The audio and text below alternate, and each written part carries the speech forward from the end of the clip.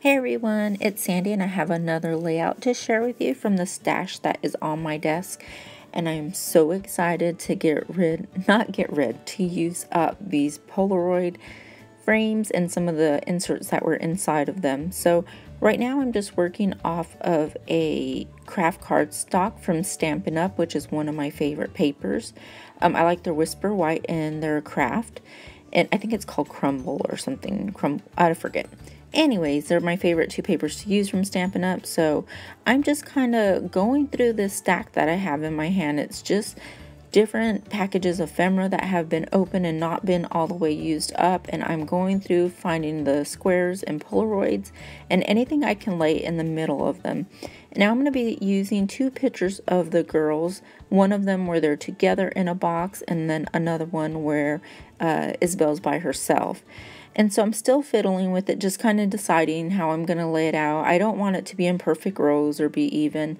But here, what I'm doing is I have that Freckle Fawn. It's just a number sheet that has different colors in their rub-ons.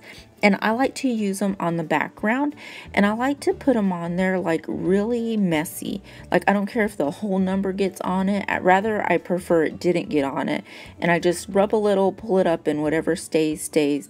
I'm trying to see where my Polaroids are going to be. That way I don't waste too much of the product behind it, because this is the only background like that I'm putting behind it, so I don't want to waste it as far as like putting a whole bunch down and then covering it all up with a picture.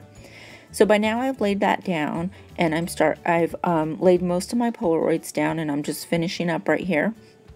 And you can see the two pictures that I backed, one with the girls right there together, and then one with Isabel that I'm going to lay down right now, and it's just her in the box. Now I'm going to go ahead and start looking for something to do in that top right hand corner. And I just use that Genuine article. It's just a chipboard. I have no idea where it came from. And then I'm going to see what I can do on the bottom, or I add one more. There we go. I knew I added, I just couldn't remember when. I add that little slide frame there, and I start working on the bottom. I add a few stickers from, I think it's the Dear Lizzie pack from one of her older collections, and then I just start adding more rub-ons because I know I'm going to do my journaling right there. And I unfortunately ran out of battery on my phone and didn't realize it, so right here I'm just edging all the way around my edges, and in the still pictures you will see my journaling. I added some enamel dots, I added some India ink, and yeah, that was about it. So it came together really good, and like I said, I am glad to have finally used those up. So we should have some pictures coming up soon. And there you go, that's just a close-up of the rub-ons, and I just love the texture that it gives. See how some of them are some of them you can see the whole number, some that you can't. There's the enamel dots that I added.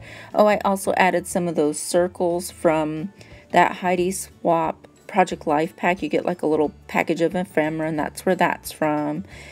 Yeah, so I really like the way it came out, and I just wrote the story about how we had this patio set. It came in a huge box, and Richard cut it apart, cut a window and door for the girls, and they had hours of fun in it.